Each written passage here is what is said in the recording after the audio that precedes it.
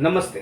गुरु ब्रह्मा गुरु विष्णु गुरुदेव महेश्वर गुरु साक्षात परब्रह्म तस्मै श्री गुरुवे नमः। नमस्ते, मैं सुप्रियो फिर से आपके लिए वीडियो लेके आया हूँ। जैसे मैंने आपको पिछले वीडियो में 7 शरीर के बारे में बताया था, आज वही 7 शरीर को मैं आज खुल के हर एक शरीर के बारे में बताने जा रहा हूँ। जैसे पहला शरीर जो है हम लोग को आपको ही मालूम है, इसको स्थूल शरीर कहते हैं, जिसको इंग्लिश में फिजिकल बॉडी भी कहते हैं। उसके बाद दूसरा शरीर जिसको भाव शरीर कहते हैं और इंग्लिश में एथरिक बॉडी कहते हैं।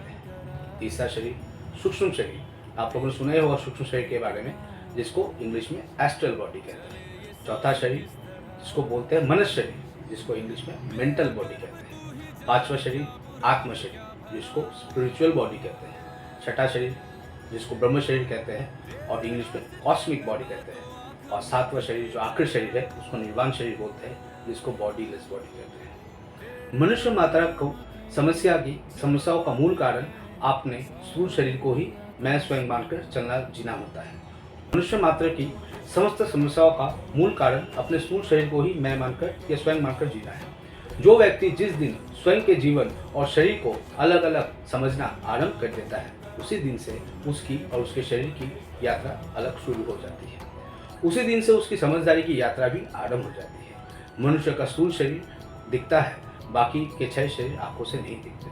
ऐसे नहीं है कि वह अदृश्य है, लेकिन उन्हें देखने के लिए विशेष दृष्टि की आवश्यकता होती है। ऐसी दृष्टि को पाने की लालसा भी होना चाहिए, लेकिन उससे महत्वपूर्ण यह है कि पहले उन्हें सूचना के रूप में जान लिया जाए, फिर ध्यानपूर्वक समझा जाए। यही समझ की यात्रा का आरंभ है और इसी के लिए ये सूचनाएं मात्र मैं देने आपको जा रहा हूँ। जो पहला शरीर है उसको स्थूल शरीर कहते हैं और या भौतिक शरीर भी कहा जाता है। 7 धातुओं जैसे रक्त है, मांस है, मेद है, वसा है, अस्थि है, मज्जा है, शुक्र है, ये सब तत्वों से मिलकर ही ये जो शरीर बनता है उसे हम स्थूल शरीर या भौतिक शरीर कहते हैं। इस शरीर को जीवन चलाता है। जीवन भी पुंजाकार में इसी शरीर के रूप में रहता है, इसीलिए उसे जीवन शरीर कहा जाता है। पुंजाकार का ये जीवन शरीर भौतिक व अभौतिक दोनों तत्वों से मिलकर बना रहता है। इसी को मिलाकर शेष 6 शरीर पहचाने जाते हैं।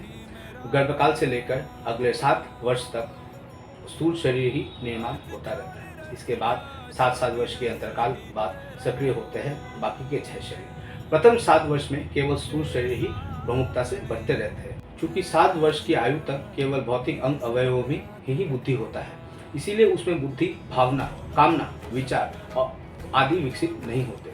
इसलिए 7 वर्ष के बच्चे केवल अनुसरण करते देखे जाते हैं। उनका क्रोध, प्रेम और भाव भी क्षणिक ही होता है और केवल प्रतिक्रिया स्वरूप होता है।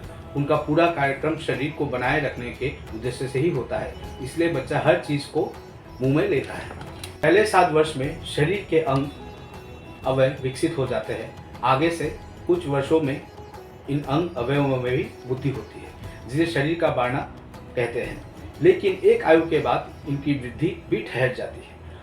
और इसी के साथ मैं आज जो पहला स्थूल शरीर वाला जो कार्यक्रम है ख़त्म करता हूँ।